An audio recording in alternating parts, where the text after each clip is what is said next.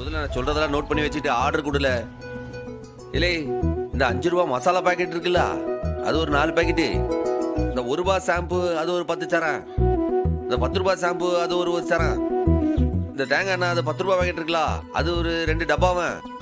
இந்த 5 ரூபா biscuit packet இருக்குல்ல, அது ஒரு 3 டப்பா.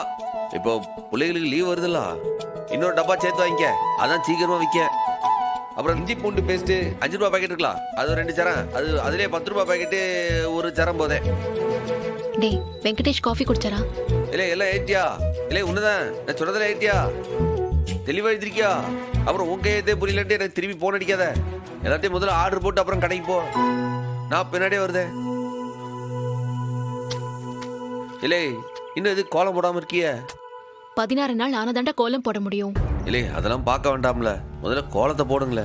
அது சம்பிரதாயம்டா. இல்லை கோலம் போடாம இருந்தா அம்மா இல்லைன்ற நினைப்பே அப்பதான் வருது.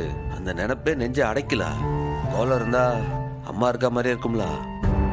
பர்னி, மாமா சொல்றதுலயும் அர்த்தம் இருக்கு.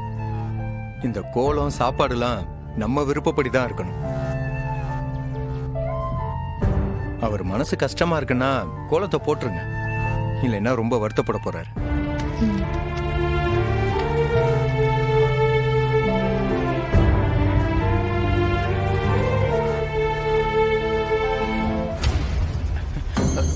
அண்ணே என்ன காஃபி?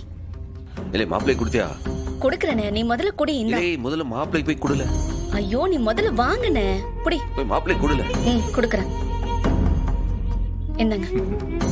ஆமா ஆமா, இந்த குடும்பத்துக்கே மூத்தவர் அவர் தானே, அவருக்கு தானே மரியாதை தரணும். நீங்க சொன்னாலும் சொல்லலைனாலும் அவருக்கு தான் இங்க முதல் மரியாதை. எங்க குடும்பத்துக்கு எங்க அண்ணன் தான் சாமி, அவருக்கு அப்புறமா தான் எல்லாமே.